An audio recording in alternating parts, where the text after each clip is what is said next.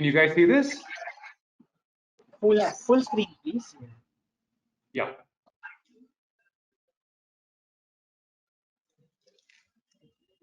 Now? Are you guys seeing full screen? Yes. Okay, good. So this is working fine. I'm going to stop that now. Okay.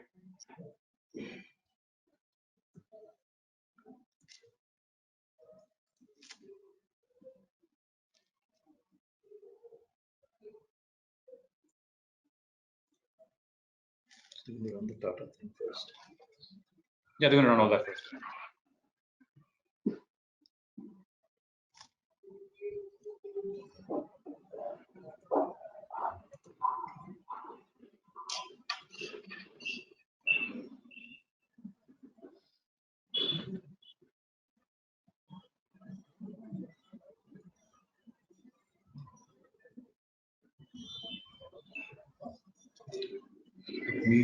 Mute us first right now.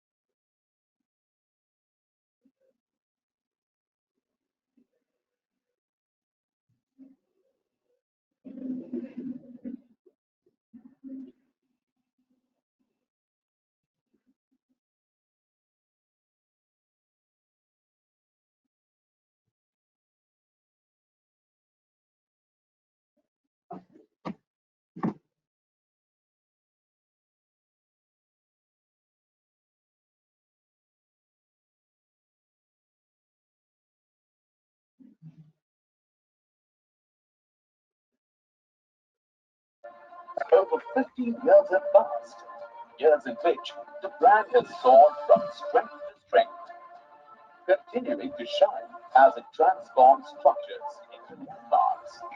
A true pioneer, Tata Structura is the first steel hollow section brand in India to launch a global standard of YST 355 hollow sections. Tata Structura 355, with an enhanced steel strength of 355 MPa, came into being to play a vital role in sustainable construction. With higher load-bearing capacity, enabling 15% less steel usage. These high-strength steel sections lead to material savings, which makes the projects economical and sustainable, making buildings greener. Tata Structural steel hollow sections are used in airports, metro rail projects, shopping malls, commercial buildings, sports arenas, convention centers, and bridges, making it the strongest hollow section currently available in India. From the state-of-the-art large dia pipe facility at Khopoli, Tata Structura now offers an enhanced size range of tubes which can be given up to 60 millimeter thickness. Circular hollow sections up to 24 inches. Square hollow sections up to 400 by 400 mm.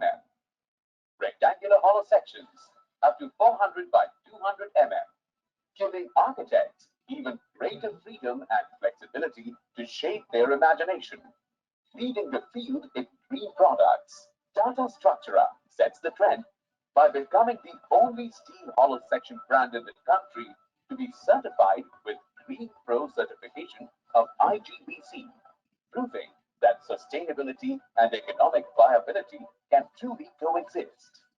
Tata Structura is the only steel hollow section brand to be accorded super brand status in both consumer and industry. It has also been recognized as India's most trusted brand and Time's best manufacturer of structural tubes.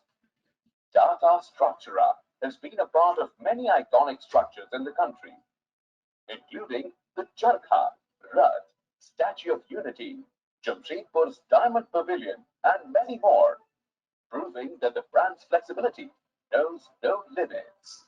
A building is more than just a structure, it is a place of trust and shapes all who enter and engage with it. Tata Structura 355 is creating environments of trust in many different ways across the nation, shaping skylines, sculpting new monuments to progress, and acting as a catalyst of creativity. Tata Structura will continue to make steel the preferred choice, will continue to influence the shape of things to come.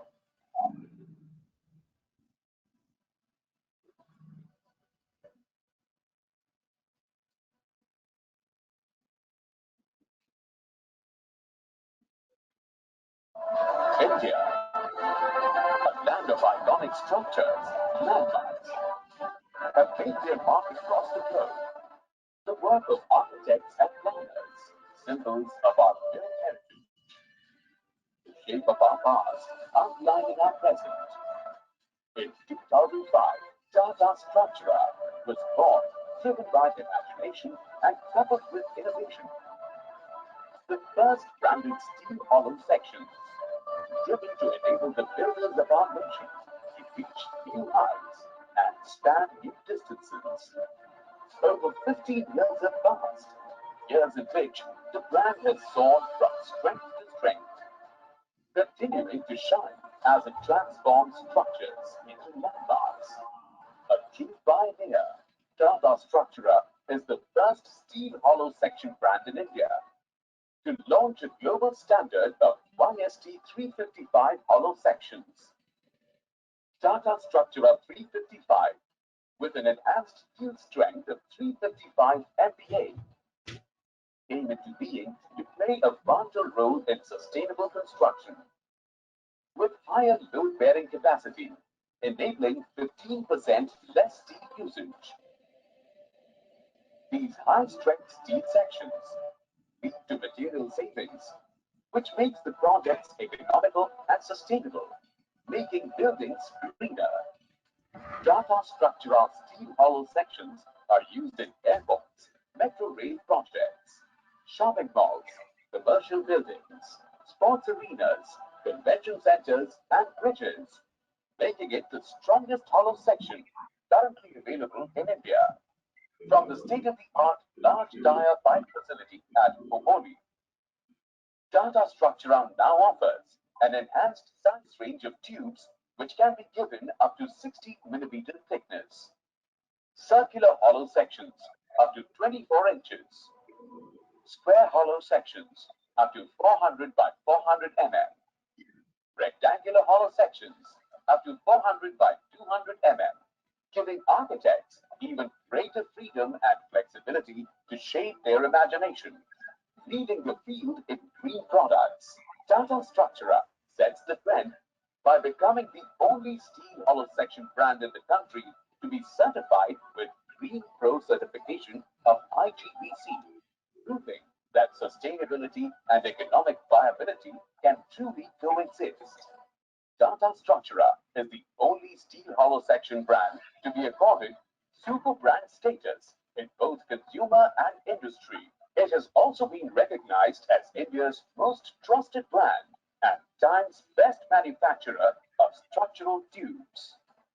Tata Structura has been a part of many iconic structures in the country, including the Charkha, Rath, Statue of Unity, Jamshedpur's Diamond Pavilion, and many more, proving that the brand's flexibility knows no limits.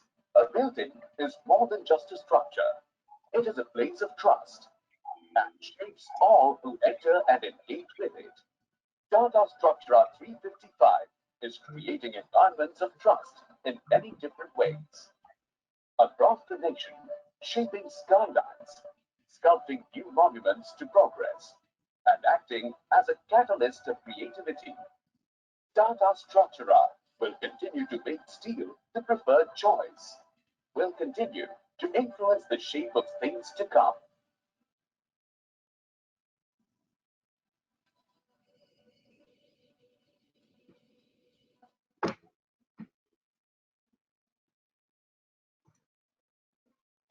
Hello and a warm welcome to all of you to this fifth edition of the webinar series. This is a curated series to bring you stalwarts from the design and architectural fraternity. Many of you must already be underway with the design process, and we hope that these talks throw light in your journey to create the iconic symbol. Before we begin today's topic, I'd like to introduce Mr. Manish Jaiswal from Tata Steel Tubes, the Strategic Business Unit. Manish is the Head of Marketing for Construction Infrastructure, Industrial and Projects Business of Tata Steel Tubes. He has 15 years of experience in various Tata Group companies. A graduate mechanical engineer from NIT Allahabad, Manish is also the alum of Tata Administrative Services, TAS. In his current role, he's driving the marketing and customer relationship programs for the B2B business of Tata Tubes SBU, with a focus on construction and projects business. So over to you now, Manish. Anjana, thank you for the introduction. If you can just confirm I'm audible. Yes. Yes. Yes. Yeah, thanks, Anjana. Thanks for the introduction. A very good evening to everyone who has joined this webinar. At the outset, on behalf of Tata Steel, I hope and wish that all of you are safe and taking all precautions to keep yourself, your near and dear ones, safe in these testing times. At Tata Steel, our endeavor has always been to develop best-in-class products for our customers in collaboration. The construction and infrastructure segment is a strategic segment. Tata Steel remains invested in continuously developing and offering value-added sustainable products and solutions for the industry. Tata Structura, the first branded steel hollow section in the country, was launched as part of Tata Steel's long-term commitment to equip the architect, engineering, and the consultant fraternity with a new age and contemporary construction product. Over the years, Tata Structura has transformed the construction landscape in India, giving wings to the imagination of architects and designers, and enabled complex aesthetic designs become reality. It is a very versatile product and finds applications across construction and infrastructure segments like airports, railways, metro stations, housing, commercial, large stadiums and sports arenas, industrial sheds and warehouses, and aesthetic sculptures. In our quest to develop sustainable products for the construction industry, Tata Structura introduced the 355 grade hollow section, which is a global benchmark in construction. With an unmatched product range up to 400 square sections, we are giving new sustainable and quicker alternatives to traditional RCC construction. Back in 2007, Tata Structura had commissioned a nationwide design competition, Notions of India. And we had specifically asked architects to follow sections in their design. The competition had received tremendous response across the country, and it culminated in the construction of the Charkha in Mumbai's Khas Maidan. In the recent past, we have commissioned several iconic structures such as the Rath in Bhubaneswar and the Diamond in Jamshedpur, all created with hollow sections, Tata Structura. Tata Structura has now launched another edition of this design competition, and this time on a much larger and global scale, to create an iconic symbol that articulates the essence and glorious potential of India. It is an opportunity for the architects, designers, and engineers to revisit, to reimagine, and recreate a nation's heightened ambition. Not limiting itself to just a competition of ideas, Tata Steel has chosen to have these winning symbols erected and installed in prominent public spaces across select cities in India. To inspire the best architects, engineers, and innovators, before they begin the design process, we have launched a series of curated webinars where we have invited very prominent influencers in the architecture fraternity from across the world to speak to you. I hope that you enjoy today's session and that it inspires and helps you in your participation in this competition. Thank you, and looking forward to a very engaging webinar.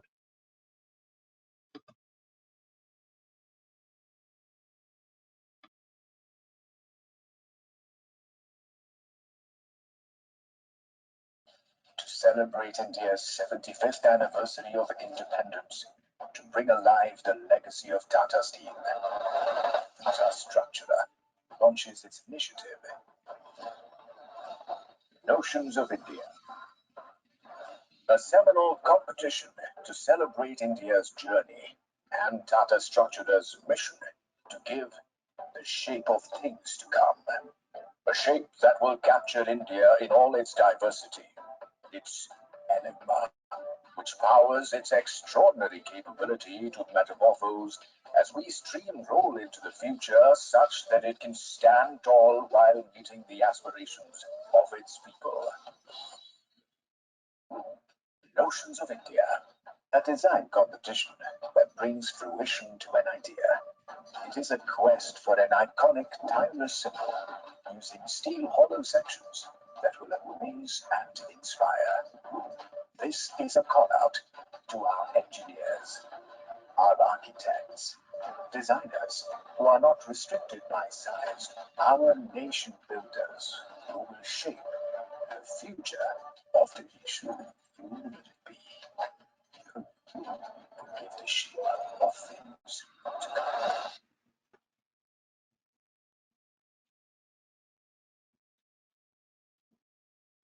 So this evening, our topic is Form Follows Life, the Equilibrium of Place. It's being presented by Kamal Malik and Arjun Malik. Before we go on to the main topic, I'd like to give a brief introduction of the speakers. Malik Architecture is a Mumbai-based multidisciplinary practice that has since its inception attempted to develop a relevant contemporary syntax for the Indian subcontinent through a synthesis of ecology and spirit. Both Kamal and Arjun bring forth their ideologies that stem from their personal journeys, be it a childhood steeped in nature or international exposure to radical intellectual thinking and intuition. Before they begin, I'd like to add that you may note down all your questions and they will be answered after the presentation is over. So over to you both now, Kamal and Arjun.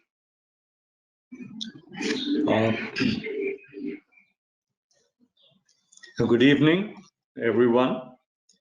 And I think the first part of the subject was quite fascinating, Notions of India. And for me, seeing the condition of our planet, of course, we talk about obvious issues like global warming, etc. But if you look at it, it's a wider malaise. Man has really lost all contact with nature. And instead of working with nature, understanding nature, is trying to dominate nature. So you can see all the chaos that we have around us. When we come to the subcontinent, thousands of years ago, our ancestors actually addressed this issue, wherein they talked about a universal consciousness of a complete understanding and unity with nature, because we are all part of it. We are not estranged from it. We are part of what we call nature and this entire existence, which is cyclical. So I will take you on a little journey, which is the journey of my life. Began in the mountains, in the Himalayas. I spent my childhood there and was therefore fortunate to have been exposed to and consequently absorbed nature. It was all around. You could wake up early in the morning, everything had turned white. And you saw so many facets of nature that this is something that seeps into you and it never goes away. So this is something which has been my mainstay, which has been what you call the guiding light in my journey. And you see from this first diagram, which is on the screen, is there is a word called tranquility. Now, silence is a word which is used or has been used again thousands of years ago. It is not the absence of noise. It's actually the absence of inner noise. And it's something which, and whatever I will speak will be absolutely experiential. I'm not talking about ideologies, theories, doctrines, dogmas, right? Or religion or the esoteric. I'm simply talking about a simple journey in unity with nature and close to the ground, close to the place where we work in, and so on. So you'll see that at the center is tranquility, silence, and then look at the arrows. There is the physical, metaphysical, climatic, regional, cultural, social, functional. This is the kind of matrix. Now, it's this matrix which we must address before we begin to draw the first line. Now, 3.5 decades or whereabouts, I'm trying to drag my memory back. When I was not so far, sort of out of college, I got the opportunity of working on this home for a well-known industrial family. And it was really a suburban part of Delhi, which now has completely been absorbed by the city. And being one of my first projects, there was a lot of personal time spent on the site. And that's something which I have tried to do ever since. I do not do a lot of my initial designing in the studio. A lot of time is spent on the site because that is where you can see the light, the change of light. You can notice the trees. You can, there are so many things there that you can pick up, before you put pencil to paper. Now, this first diagram illustrates how the concept of a residence for a joint family, of course, a number of rooms, etc., is secondary. It's a joint family. The concept of the courtyard houses that we all have lived in traditionally from the villages to the ones which are at the Katras of Chandni Chowk, which is not so far away from here. The axiality of that we saw in Delhi. Delhi used to be called Indraprasth 3,500 years ago. To the local building materials that were used then. Yeah, you can see the axis, the main axis in red, and the other one in sepia, and how these are forming separate courts, and also keeping in mind that you have future expansion possible, and that's how I found these courtyard houses were. They were extremely organic. And that brings us to another issue that we, in our architecture, in our concepts, we never try to close things. We never try to complete them in a sense. There's always a space for things to move, things to grow, because nothing ever completes itself. This is an axonometric of the same. Yeah. A view taken from the entrance, we actually went through the pains of getting these thin bricks, which have been used in Delhi, around Delhi. They were traditionally used even in the forts. monuments. We had them made in Uttar Pradesh, especially for this project. And then we, before we began construction, we brought in 2 or 3 craftsmen who were able to work in brick, and one of them had been imported from Kerala. I'm sure this will sound a little humorous, even hilarious, that why from Kerala? Because that person had been working with Laurie Baker. For those who are familiar with the nuances of architecture would know that here was a master who had worked in brick and in sustainable architecture. So when this person first came in and saw our working drawings, and he said, this won't do. What do you mean won't do? Because he said that if you're going to give a measurement, it should be 21 bricks, and then the length of the wall should be, so if 21 bricks is there, then the length of the wall is X, but it has to be based on the length of the brick. What are you doing with dimensions? Okay. Well, I don't want to talk about education and so on and so forth, but then it was a great learning curve, and it also taught me a very vital lesson of how important our artisans were, with all the cumulative knowledge they have of centuries. Now, if you look at this first view of the axis, now this axis is important because we talked about the concept of the axes, in Delhi, but this axis actually leads at the far end to the well. Now, well is water is life, so that well actually formed one part of the axis right down the end. And then if you look at it, there's a tree growing there.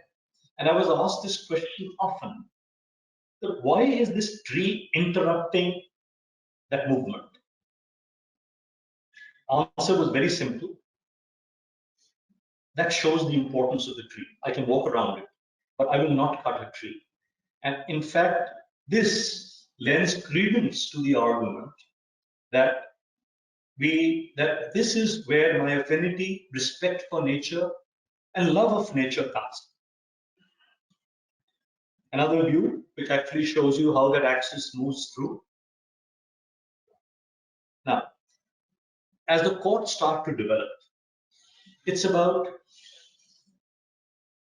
about life.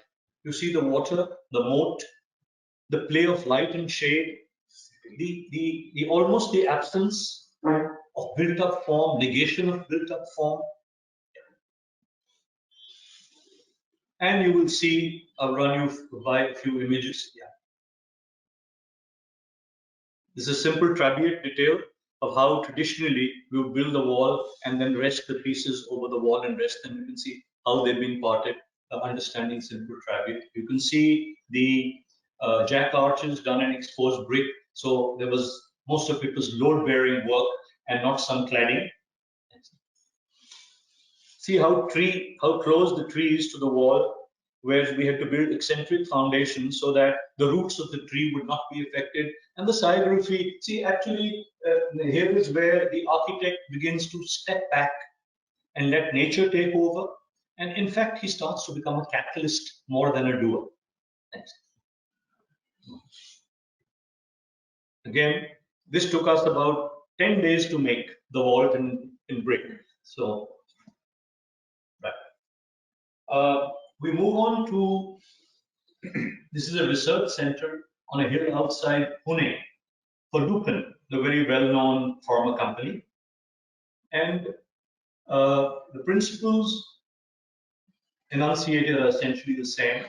Here you can see the one wall that almost seems to be earth poured out from the hill and just becomes the center is with punctuations in it. Again, a conscious attempt to downplay and not try to accent on form. Next. The diagrams which show the initial planning, which is on the left, the basic mandala, which is timeless. And as we move down, the services blocks, and then how we do water harvesting, where the blue is shown, where you will actually drive in through. And the section of the hill, where we've respected the full terrain without cutting and chopping. Yeah, these are some of the views with of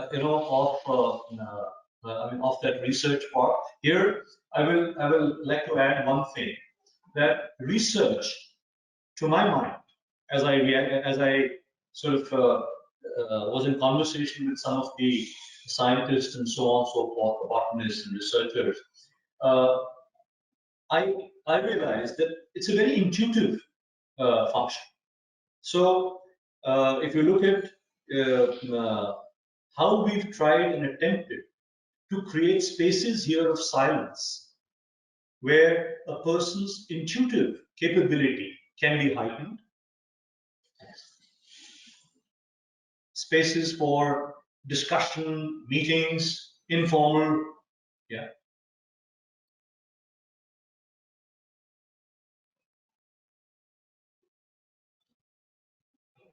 The auditorium, which actually reflects the 10-degree slope of the seating inside it. And it's like a piece of sculpture falling out of the hill, and the rest of it is almost earth, which is the vocabulary of the whole complex. Next.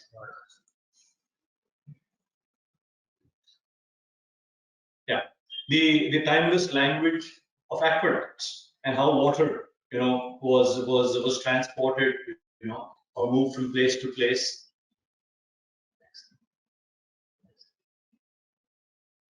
Yeah, this is a basic diagram, sun diagram. That is the mandala, and the sun diagram, and you will see in the ensuing photograph how the sun, sort of interacts with built-up form, and you can see there how light, shade, movement, levels are all encompassed in one frame.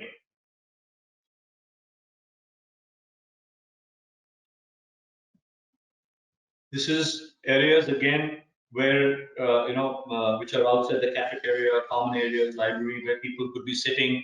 It's a campus. Again, the play of light and shade. And this place was interesting. It reminisces of the Indian Ghat, which sits on the river.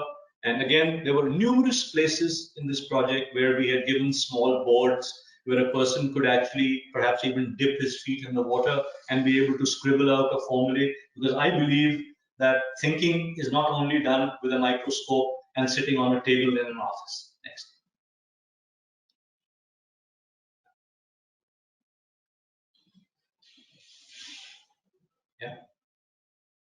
Yeah. This is a sculpture, one of the first sculptures I worked on.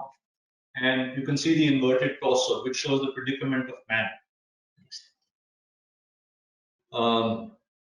People in Tata Steel would be happy that even way back in time, where it was relevant, we put this where I wanted a lightweight element that we had placed there.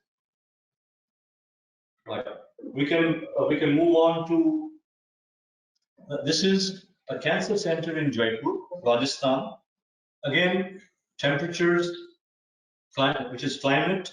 The sun can be very harsh, and then you meet it in the winter. The temperatures from 0 to 46 degrees Celsius. It's a very rugged land, and stone has always been the local building material. So the inspiration for this complex, apart from, of course, and I will not get into it because there's no time, of understanding how cancer treatment in the future would be. So that has been incorporated. But if you look at it, you can see there are images of Rajasthan, and more importantly, the image here of a quarry, and how we began to start to understand how stone is quarried, and how do you retain the character of the stone, right? Instead of subjecting it to, being cut by saws, where you lose the complete character and the grains of the stone. Also, on the left, if you see the image, it's Raja Man Singh's observatory, which is there for reading time. I think all of most architects would have seen it. And yeah, so this is a collage of elements, and then how we began to piece this whole kind of puzzled together and then came up with the concept. This is a model which speaks of the 6 squares, which actually, the 9 squares, which is the master plan of Jaipur, and one of the squares, because of the hill, could not be completed. So you can see how the initial diagram is inspired by the very plan several centuries ago of Jaipur, and after that we have I will not get into the function because we don't have time there, but you can start to see the massing and how the rugged nature, the use of stone, and it's almost like the entire project is hewn out of a single block of stone. That's how it's been conceptualized. You can see how light has been dealt with. You see the streets because you need to shade and shelter. So all of these have been actually incorporated into the concept.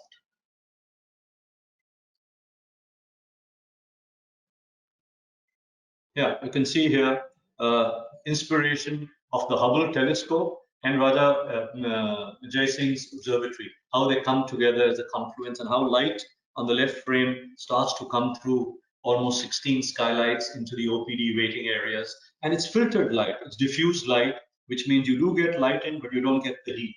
And this is, way back then, several decades ago, this is what we now call passive, sustainability. But for us, this was real sustainability.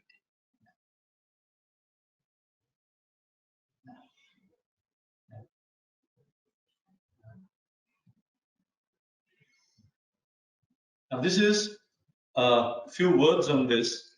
Whilst I was designing this, I read an article on McMaster's in Canada, who had started to use plug-in service units, especially for the diagnostic areas. For example, you have MRI, you have CT scan, you have gamma cameras, and so on, where the temperature and other conditions are not constant. So they were plug-in units, and this has actually been represented by these stone masses. Next. Right. We can now move on to a residence in Alibag. This is again for an for an industrialist, and if you look at it, top right, it was densely forested, and there were just a few bald spots. You see the little kidneys and circles. There were just a few bald spots between the trees, and the house has actually found its way between the trees. So these bubbles actually became the only possibilities of built-up form. And run you by some of the images. Now this is Konkan architecture using local materials, the mangrove tile, but there's been a lot of innovation. If you look at it, it's a simple cycle stand done in wood.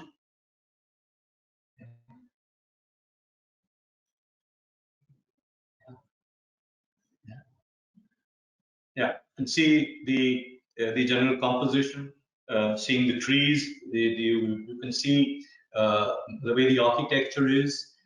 But again, you will find the attempt. You can see the ghat in the foreground. There is a conscious attempt to let nature be and measure your footsteps on that site. Tread as softly as possible. The family had 2 kids, and they didn't mind going up into the trees. So you can see how that was sort of configured. You can see the tree growing actually through the house. At many points, we had these trees moving through the house. And you can see it in these pictures there.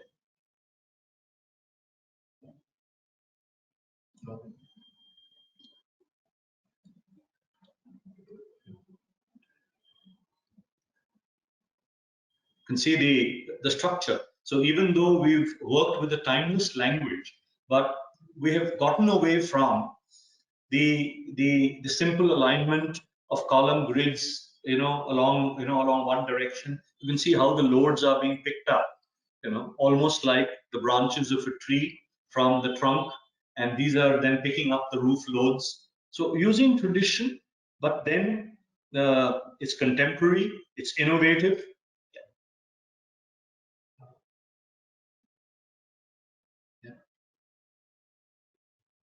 Now, here was one interesting point about this, is that there are two wells. One of them was dry virtually.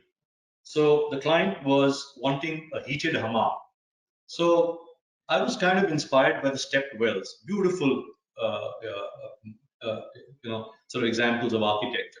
So we've used that and a few images of that.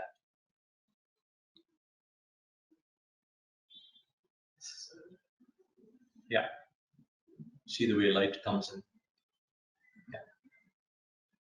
Yeah. Now, this is back to Jaipur, and this house we did 2 years back, quite recently. It's been built only in stone, limestone, stone, sandstone, and sandstone. It's a we'll quickly show you the methodology. You can see here the diagram on the left. We actually calculated each stone.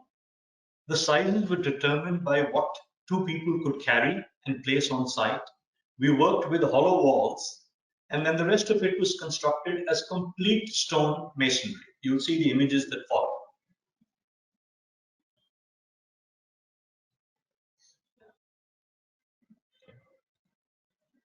That's how it was constructed. You can see how the walls come up.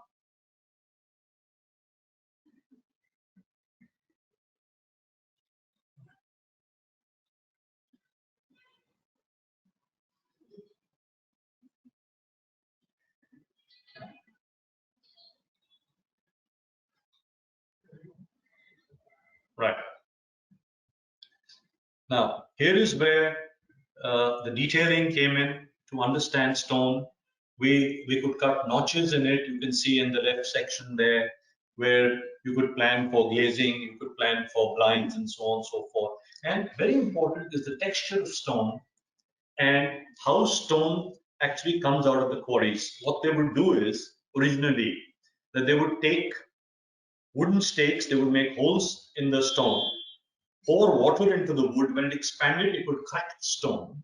And then you would see all the wonderful grains. You actually could see how the stone was formed, the life of the stone. And you can see it in a way, in that image. I'll just jump in here for a second. I think this particular piece of stone, when we were on site, it's actually a slice section of one of the springing points for the vault, which you can see here with the shear pin. But this particular stone was fascinating because, as Dad mentioned, that the general method of quarrying in order to get large amounts of stone out of the quarry is to use wire saws and gang saws. What this does is it basically eradicates the natural grain of stone. So using the traditional stonemason method of splitting stone, you essentially break stone along its natural grain and retain its natural grain. Now, this piece that we found on site was actually being used as a base on which to cut other stones, and which is why you have this wonderful kind of textural confluence between the natural grain of stone and where the blade is actually cut through it and form this overlaid pattern. I mean, you couldn't create this for the love of money if you tried. And somewhere we brought this piece in as part of the exhibition to express that if you simply let these materials speak for themselves with minimal amounts of manipulation, you can get the kind of magic that simply cannot be mediated or doctored through whether it be drawings or computational techniques. You can see the size of the blocks that we had as compared with the size of the human sitting there. Yeah. And that's one of the lintel pieces with the notches cut in for the glazing and the blind. And again, you can see the kind of scale we were working with of each single block of stone. And then the methodology. It was quite interesting when we used to go to site. We never quite, it's quite disorienting to, we're used to constructing concrete and steel frames. It's almost like there's a default setting that these are the two materials we work with, they're frame structures, and that's all that engineers know. But the moment you start to get into compressive masonry structures, you simply recalibrate the way you think. You simply can't apply frame principles to this. You start to look at compression, gravity, seismic loading in a completely different way.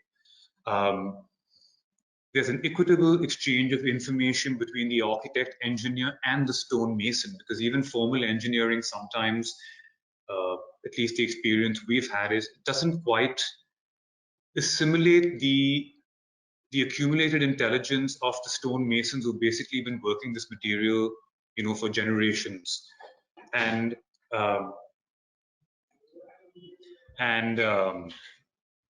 so every time we came to this site and you kept seeing kind of stone walls being formed, you were never quite sure whether you were building up a structure or you were actually, it's part of an archaeological dig where you were uncovering a ruin.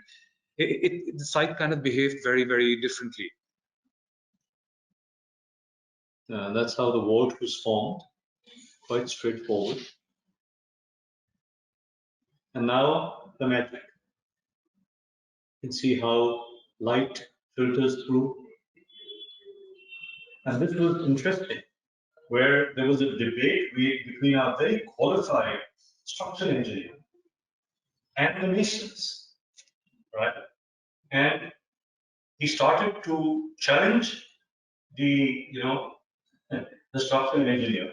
And these were a few of the people he put up, and he said, I will multiply these numbers by 3, and you will find that this works. So really, what Arjun was also talking about was this cumulative knowledge that passed on from generation to generation is something that we have come face to face with many a time and learn to respect. So not only is it that that they impart this knowledge to us, but we work with them to keep it alive. Otherwise, this generation or this sort of people will be lost forever. And also interesting to note that the decision to use stone wasn't purely an arbitrary or architectural one. It actually emerged from a budget constraint. Now, it would be absurd to imagine that a basement plus 3-level structure, right, built in solid stone would be affordable, right? But it actually turned out to be almost equal to what one would refer to as a conservative or a typical RCC frame structure with blockwork infill and exterior stone cladding and interior plaster, right? Now, we also talk about tradition, which in itself was a series of innovations. There is no full stop where tradition ends and so-called modernity begins. So we feel part of our responsibility to the history of this country, to the region, to the craftspeople, and to the knowledge they've accumulated, is to take some of these ideas and also question perhaps the next evolutionary step, in these extant building traditions. So in many ways, this kind of project built maybe 100 years ago would have consumed almost 2.5 to 3 times the kind of material that we've consumed in this through engineering and research, through cavity walls, which give you better thermal performance, by conserving money through not first processing stone or quarrying it in a particular way and then treating it. We're basically reducing the amount of application or work done on this. And I think another very important part of this is when we look at, maybe let's take this region as an example, Rajasthan.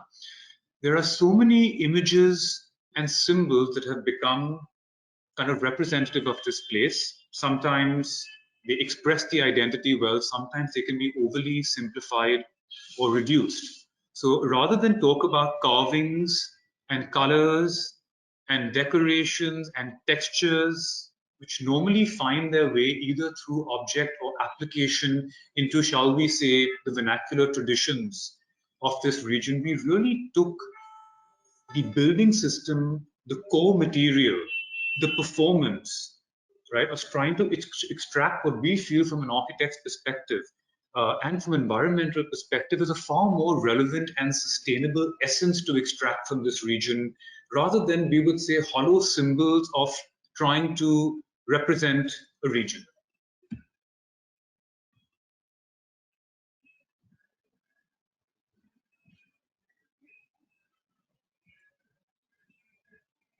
Yeah, adaptable stone screen systems.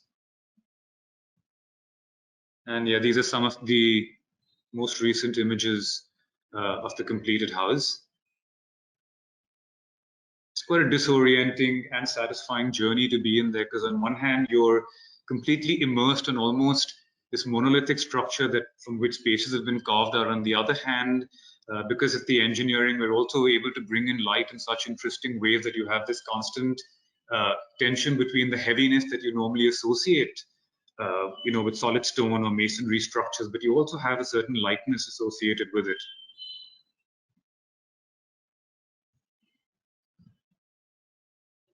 I always remember Piranesi's drawings when I see this image. And of course, this constant transformation through light. This was quite an exercise, I think both a practical and academic exercise in terms of trying to build a 4-level structure completely in stone.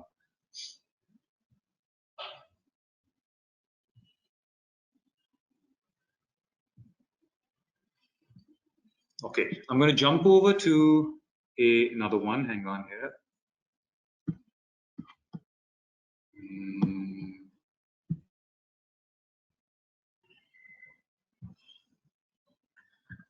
So one part of this is continuity. I think Dad spoke, about his influences, his inspirations, his journey. Mine was a little bit different. And whilst I think today I would look at it almost like a river, and the river is continuous and it flows to the sea. This is an analogy, it's actually my father's, but I'm just quoting him on it. But there are tributaries that diverge and finally find their way back to the river and into the sea. I think the principles of unity he's spoken about continue, but I'm going to first add this one moment of divergence or disruption to the journey that he has outlined immediately after I came back from school, of trying to imbibe some of his principles and yet find perhaps maybe through a more analytical and technical approach. Now, this is the first project that I worked on. This was in 2007, located in Kalina at a confluence of 3 very distinct regions. So I think everybody is familiar with Dharavi, right? Everybody is familiar with the new CBD of Bombay, the Bandra Kurla complex, and somewhere sandwiched in between was an industrial zone where you'd primarily look at, warehousing facilities and car workshops, etc. So our site was situated right at the confluence of what I would call a certain level of urban chaos.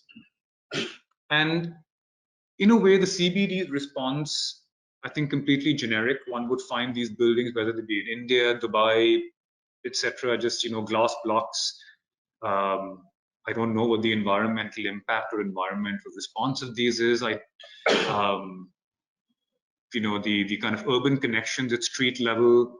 So we started to look at these, and our site was inhabited by a car workshop. Now, it wasn't the most beautiful of warehouses, but the point is it had a very simple industrial structure. It had skylights, and it had a certain long horizontal urban footprint.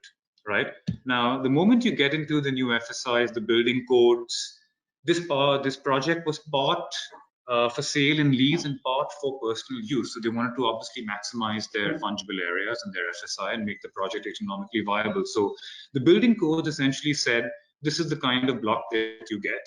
And we asked ourselves, is there a way to reevaluate the way we can distribute area?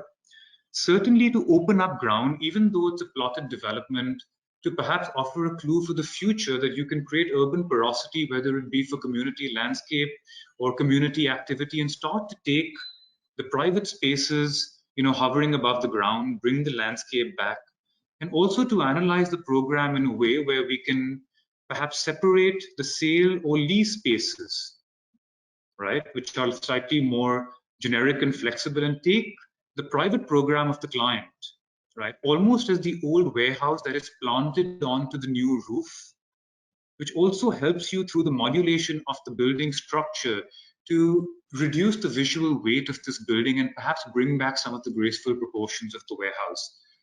And that's the kind of schematic section that emerged. You can see from south to north, the podium opened up almost completely for kiosks, for cafes, for activities. The private cafe goes onto the terrace. We have the lease and saleable workspaces in the center, and very interesting conversations with the BMC here, because you are actually supposed to cut off the building line somewhere here, but we proved to them that by eliminating the structure at the building setback line and cantilevering the building out, you actually create wonderful shaded landscape spaces in the north without impinging on either the FSI or any of the building setback lines. And therefore, this could be used, you know, in pretty much all weather conditions. And yeah, I think from a steel perspective, this was quite a, you know, engineering problem. We have in the superstructure 16-meter, you know, 50-foot clear spans with 7 to 8 meter cantilevers either side. So tremendous flexibility on internal planning, which then the morphology of the warehouse on top. And the podium was used to reconcile superstructure steel grids with basement concrete grids. Right, so we almost left the structure continuously and completely exposed. The anatomy and morphology of the building can be read as a narrative through the building. Working here, I believe, with Tata chorus sections, there was no structura at the time. Maybe would have made our lives a lot easier. To look at engineering for the way that we, you know, manage the energy consumptions. Each facade looked at with controlled openings. The cantilevers were kind of raked back to reduce glare. This was, I think, got a gold, you know, LEED rating in 2010, and that's the building as it was back then. These are the spaces that actually cantilever and provide, you know, shaded garden below. The client's private office pretty much pops out.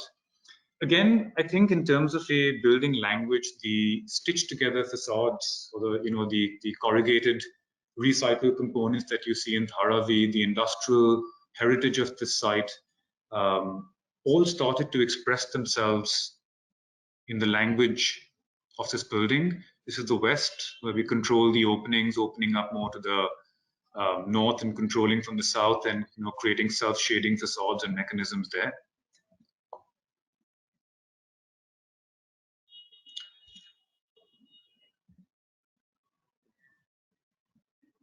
And the podium spaces, they actually use this a lot for pop-ups and kiosks, and yeah, some more images of the building. And that's actually the client's private office, where you can actually see the resonance of the old warehouses with the north lights somehow find themselves embedded in the space.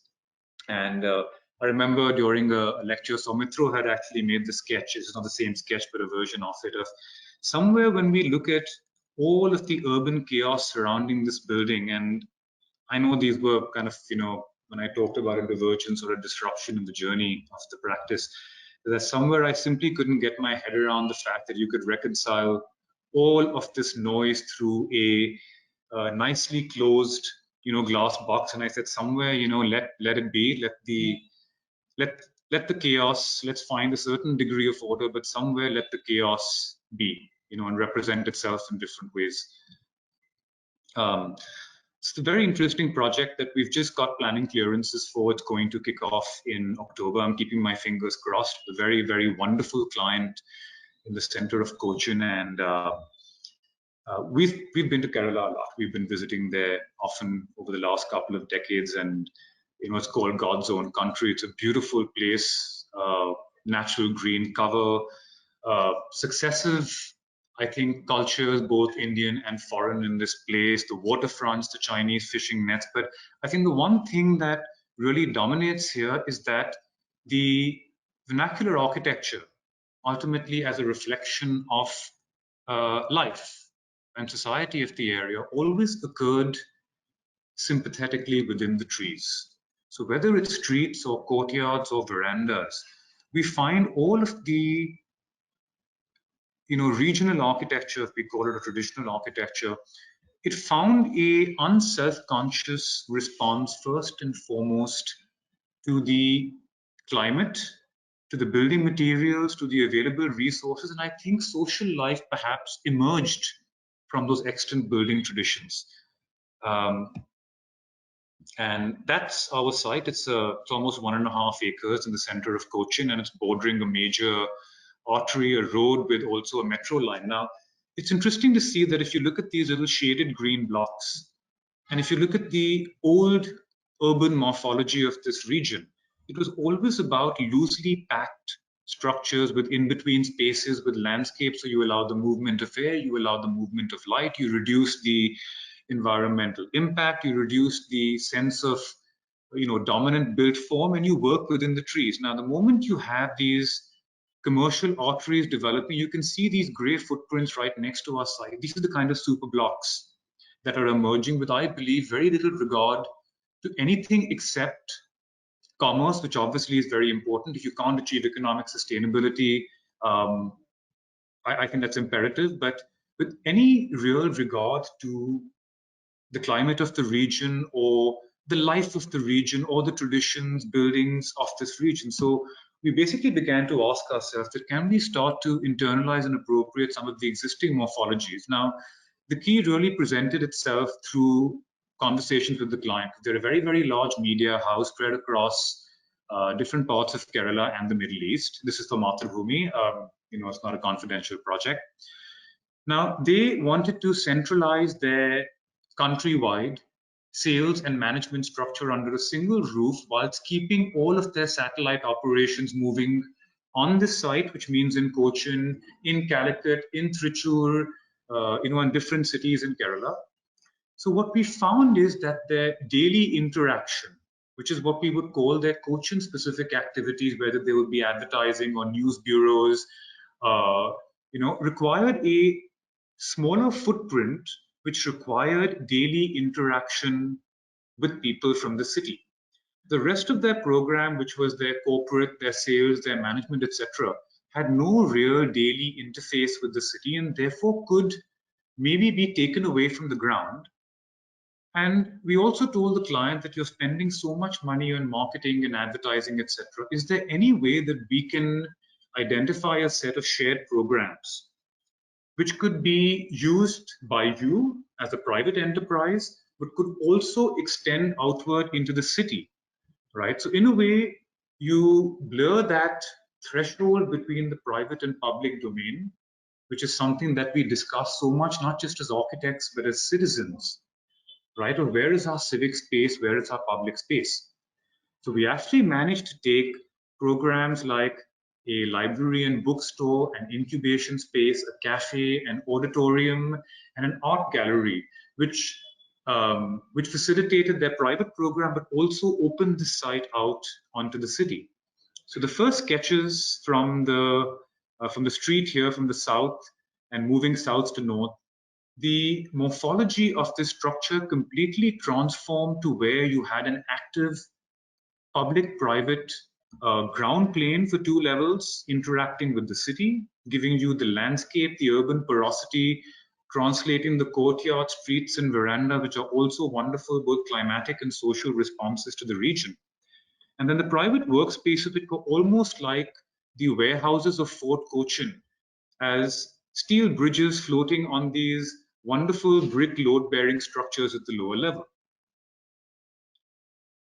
And you can see the lower level plans. This is the only part over 2 levels of the private program that interacts with the ground, but the rest of it is the library and bookstore, the art gallery floating up there, the cafe, the incubation space on top, the auditorium, Kund, and everywhere space loosely flowing that could essentially be appropriated for any kind of activity, whether it be a car launch or a gathering, or the client is also an MLA and therefore is genuinely looking at giving something back to the community. So the discussions were kind of really wonderful. And then you have very contemporary steel bridges with reinforced brick that essentially use the lower level load-bearing structures to support themselves and therefore create in-between shaded verandas. So we have a completely transformative morphology between the ground, which is what interacts with the city, what works under the tree line, and these kind of flexible workspaces with terraces that work within the tree line. Yeah, you can see the, sorry, I'm not getting the library, bookstore, the gallery, the incubation cafe, and then the workspaces on top. And when it comes to building languages, right, we had the steel bridges on top, but the slab construction, rather than working with concrete or steel decking, we are working with the Laurie Baker Institute to work with a system of jack arches between the steel joists. So even up to 5-level and 6-level tall structures, we can bring in some of the crafts and building traditions, right, into taller structures. The lower levels, of course, are completely worked using, compression technology, working with brick, working with the Kunz. And you can see the art gallery kind of floating in space there. And yeah, some of the initial sketches, there's some pretty complex, cobbling details that we have, starting from 14-inch thick to almost 2.5 feet thick, and going from 0 to 8 meters. So I think on one hand, you can either take a decision that we'll work with a very simple engineering language and do frame structures, and then we'll start to do all these infills and decorations, or we can start to get into the rigor, intensity, and research of recalibrating our thinking to really understand and innovate with some of these materials.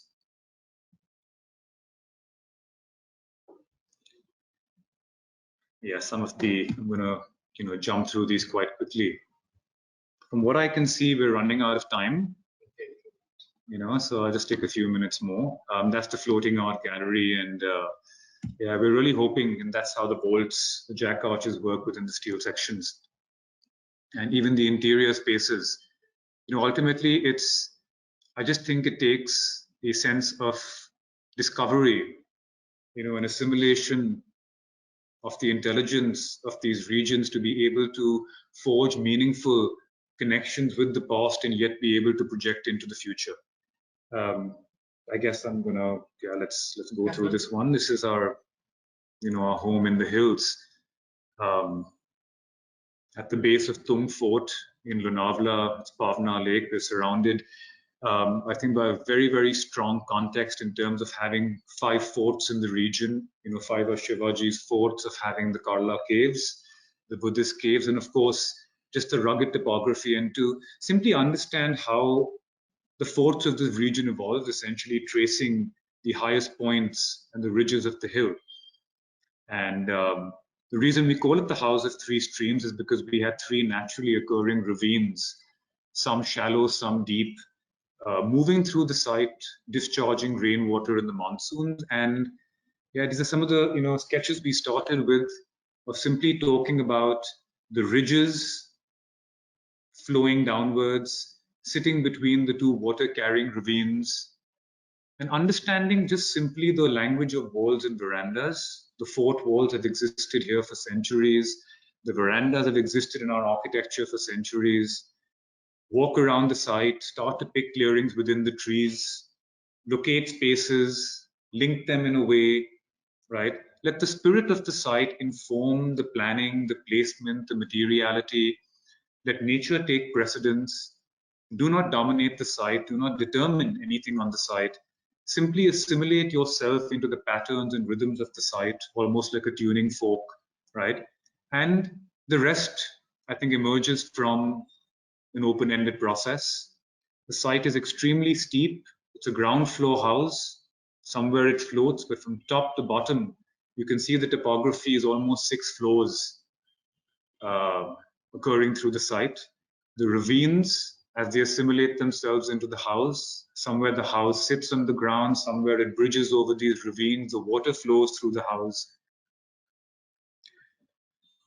The engineering emerges from the inspiration of the trees, very much like you saw at the house in Alibag.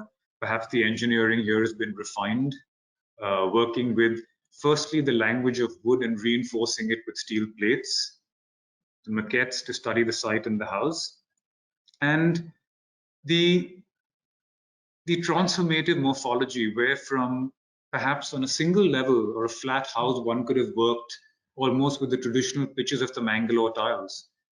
But as your house starts to adapt to the terrain, and you create these separations and levels, and you start to splinter and disperse, and suddenly your roof membranes have to adapt to this changing topography, have to adapt to the wind speeds and the heavy rains. And somewhere this origami-like roof essentially becomes a man-made representation of the topography that it sits on. I think I'm going to just quickly run through some of the images, and perhaps we'll have to stop there. So friends of mine have actually wondered whether we built this wall or whether we found it on the site, and I think that's perhaps the point. This basalt, the building material of the region, has been used in all of your forts. It's simply a wall that flows down the ridge, becomes an anchor from which these lightweight spaces to the north and east start to open up. It's nothing but a veranda, simple shelter, and life happens within it. Doesn't interrupt the flow of the hill, doesn't interrupt the flow of nature. It existed, the land existed before us, it will exist long after we've gone. And I think treating it with that delicacy is fundamental. It was a fun engineering process to be able to link these levels.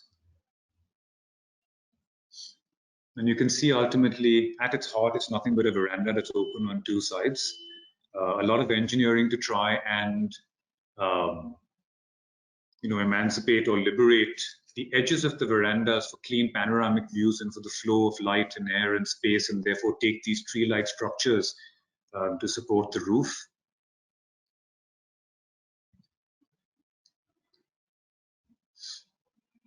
And as the house starts to embed to the west, where the larger ravine is, and into the forest, you can see, I mean, these pictures were taken almost 3 years ago when the house was just finished. I think the landscape has gotten even denser.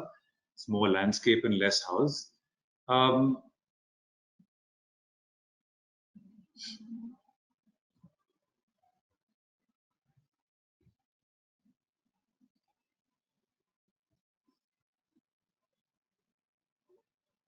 You can see Pavna and Logar in the distance.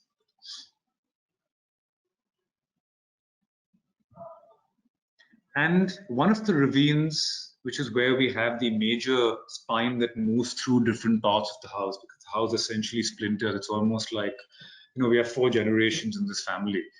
So it's almost like a micro village where it breaks off into certain private areas and then recongregates into certain spaces. So everyone has both their private and their shared life. But this is the major spine that cuts through the house and connects areas. And in the monsoon, we have water flowing through this ravine, and you're pretty much walking past it. So there's this constant sense of being connected to nature. It's looking back up the spine. And 2 verandas for the house, one connected to the major living and dining, where the elders hang out there, and this is where the younger generation hangs out. We understand that life has changed, our priorities are different. This is the pool veranda, and you can see how you engineer in a way that you completely remove structure from where you have the panoramic views. So in a sense, this structure is almost about the disembodiment of architecture. It's almost a non-building because the precedence is taken by nature. And that's the pool. It floats in the tree line. We have 2 bedrooms below it. This was done to minimize the built foam and to also raise the water to a point where you're able to protect it from the creepy crawlies, the rats, the frogs, and the snakes, because this gets quite dry in the summers. And the side of the house where you have the private sleeping areas embedded into the hill. And the light of the forest. So when the sun starts to come over the west, where we have our sleeping areas and our bathrooms, and you have these simple louvred systems, very reflective of the region. They've been around for centuries, and how you filter light and how you create privacy. And the beauty of this is that, since we started living in this house 3 years ago, because of the way we've designed for the cross ventilation, the mesh systems to protect from insects, right? We don't even have fans. We don't have air conditioners in our living room, in our dining room. We have no fans in the verandas. The bedrooms have fans and air conditioners, but we haven't switched an air conditioner on in 3 years. So I think when we talk about architecture and we talk about what it looks like, I think it's really more important what it feels like, the energy you consume, and the way you assimilate into a region, finally, without ever having to copy the past. I think there is a way to, learn and project. Look, there is a lot more here. It's already 56 minutes.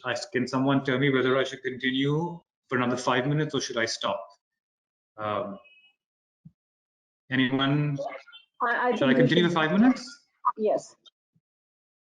Continue, yeah? Brilliant. Yes, Thank please. you. Okay, this is a project in Ahmedabad, and it says an international school. And look, I'm not going to spend too much time. I believe these are images that are completely embedded in our consciousness. It's definitely as architects, but I believe hopefully as citizens and dwellers of a particular region as well. So when we get into a place like Gujarat, the weight of the region is immense, both from its historic architecture to its contemporary architecture. But for us, really, I think we reach back into these traditions to understand how the act of storing water is also built into a social and ritual life. These become wonderful, cool spaces in the summer, right? There are, there is so much intelligence embedded into these areas. It would be a pity to lose this and to simply disregard it and say, let's reinvent the wheel and start from scratch. So this is really our inspiration now. Education is a very, very sensitive subject with us, right? My son is now 8. At the time of designing the school, he was 3.5, and I'd be going into his school very often. And my sister has 3 boys of different ages now. When we went to the site, there was this wonderful grove of trees. And I don't think you can see it clearly, but there is a charpai here. And someone in this location and in this location has essentially made a swing by tying plastic bags together, right?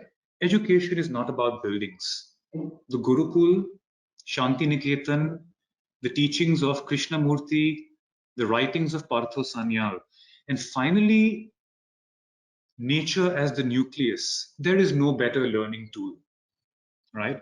So for us, the school was always about not making a building, but of creating an environment for learning, right? For discovery, and finally, of growing with nature.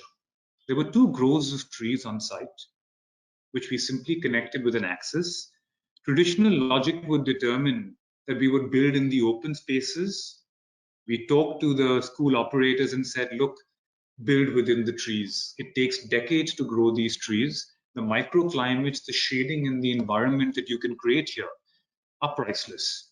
So we looked at 2 subjects. One, under the tree line, working almost with the traditional courtyard clusters of the region.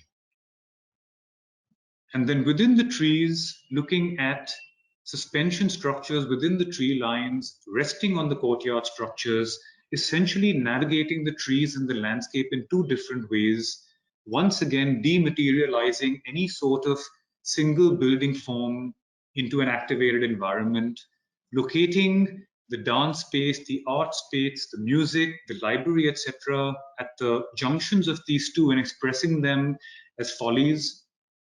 And finally, you see the way a building section finally starts talking to the tree in a way that using the tree line as the major movement datum. Classes 1 through 5 only have to go half a level down and half a level up, which means no staircases, only steps in the landscape, deep thermal banking in the south and west, cutting courtyards. You're almost taking those step wells or those kunds and building a articulated thermal sink within the trees. And then you have the structures for grade 6, 7, and 8 floating within the tree line and connected through these follies. And that's how one of the final sections emerged. It is very important that we do not tell children how to navigate the space. You can see the lower level plans for the lower ground and the ground, working with the courtyard spaces between the trees, the way the upper levels bridge between them, once again within the trees, the axonometric of how those get overlaid. You can see the banking in the south and west. The idea here was to never create a single way of navigating the space. One of the most beautiful learning tools for children is the ability and the imperative to make decisions at an early age, right? So there was no determinism here. You could walk through the stairs, you could walk through the steps, you could and to explore. And to explore, you could run up the berms, right? There were paths of patience, there were efficient paths, but everywhere the idea was of disembodiment, the primacy of nature, the primacy of landscape, of discovery, of creating different scales of spaces and different scales of comfort for different groups and different age groups. You can see how the main quad simply climbs over the library and starts to connect to the upper level. So even 8 meters, 9 meters up in the sky, you can actually run up a landscape berm and get into your classrooms, or take these cultural movements of your follies for your common activities. And it is ultimately a school that drives off the principles of the region, the principles of nature, the principles of what we visualize an education to be, because I think every line drawn on paper ultimately is a embodiment or a reflection, right, of a vision of life.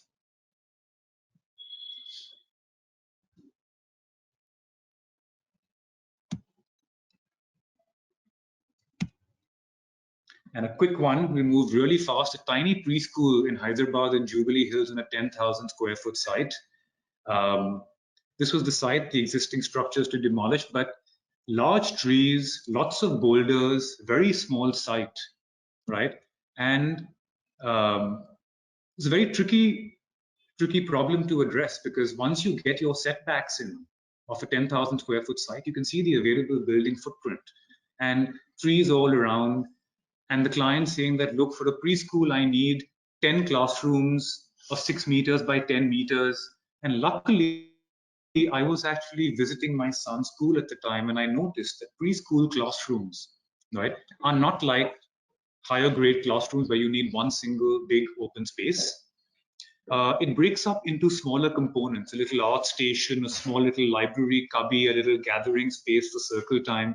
So we went back into the DNA of a classroom and took the 6 by 10 and broke it up into 6 modules of 3 by 3, made sure that we had one larger space with 4 of the modules, and the other 2 modules could basically disengage and start to create multiple combinations. What essentially resulted was the superimposition of a 3 by 3 dot matrix diagram onto the site. And what you essentially do is you create like a jungle gym, which can then start to make this a very agile structure that can weave between, under, and over the trees, right? And that's how you start to open up the ground for the landscape. And then you start to get the fours, you know, and then you start to make the plugins, and you keep building up, until you get almost an inhabitable piece of play equipment, essentially taking the principles of the previous school from Ahmedabad and translating them more vertically onto a much denser site.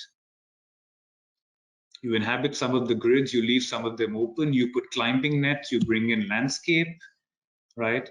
And you still create the economic sustainability that the client needs to undertake this project. Okay, I think I'm going to leave it here. There's some more, but I think we're running short of time. So let's, yeah, we'll leave it right there, if that's okay. Yeah. Thank you. That's been most inspiring, and especially how you have been blending your work with nature, and it's not like standing out. It's been exceptional going through, getting a glimpse of all the work that you've done. There are a couple of questions that since we're running short of time, I'll just pose a few of them. The first would be, what would be your vision for the symbol for India in the future? That's the theme of the competition, to come up with an iconic symbol using steel and others. What would your vision be? This is a very, very complicated question. I had discussed this with Sarita, and my father and I have had a number of conversations regarding this. Now, when you say symbol, I will perhaps recast that word into something called identity, because at least since I've been practicing, I've been hearing this word identity, and this search for identity for an India, which in itself is hundreds of cultures and diverse regions, languages, foods, cultures. And why should there be, is there a symbol that India I don't think it needs that search for identity is a complex one. I don't think there needs to be a single symbol that unifies this country. I think having come through successive cultures, invasions, right, imperialistic traditions, and having so many monuments that are a testament to, I believe, a different form of governance and culture, right? I believe true symbols of democracy are about equitable distribution, about openness, transparency, habitability, right? Now, if one can find a symbol to express democratic values in that way, I've thought about it. I don't have an answer. For me, I think when we talk about symbology, we genuinely start to look at the topographical diversity and perhaps extract information from there. I don't have, so again, after saying a lot, I don't have an answer to the question, really. I think the Bindu, which is a symbol from which everything emerges and then returns, which is basically thousands of years ago what our ancestors experienced, the concept of universal consciousness, beginningless and endless, cycling. It was all of nature, all of the cosmos. It is all cycling. So really, as Arjun put it, it's very complex, but I think they, in their wisdom, looked at the Bindu. Right. So we can use the Bindu for our competition entry. Cool. All right. Okay, the second question is, how would you suggest we approach steel in terms of sustainability, in terms of the character of the material? You see, I didn't really, comprehend the question, but if I think, I know what it is that there is a relevance for every material. And I was talking to Arjun before we made this presentation that we have a good half a dozen buildings and some which are in the making right now, which are using steel. So there is a complete relevance in using that material, both from the point of view of speed of construction, lightweight, and so on and so forth. There are many reasons why you should be using steel. Like there are reasons, why we are using rammed earth in Bhutan, and so on. So steel has got a relevance, and therefore, but to use it indiscriminately. For example, you're using long spans, you're going for airport hangars, and so on. I would say steel straight away. There's no question about it. Even buildings today, which are reducing the number of columns, intermediate, and they're looking at end to end. I think steel, is the material to use.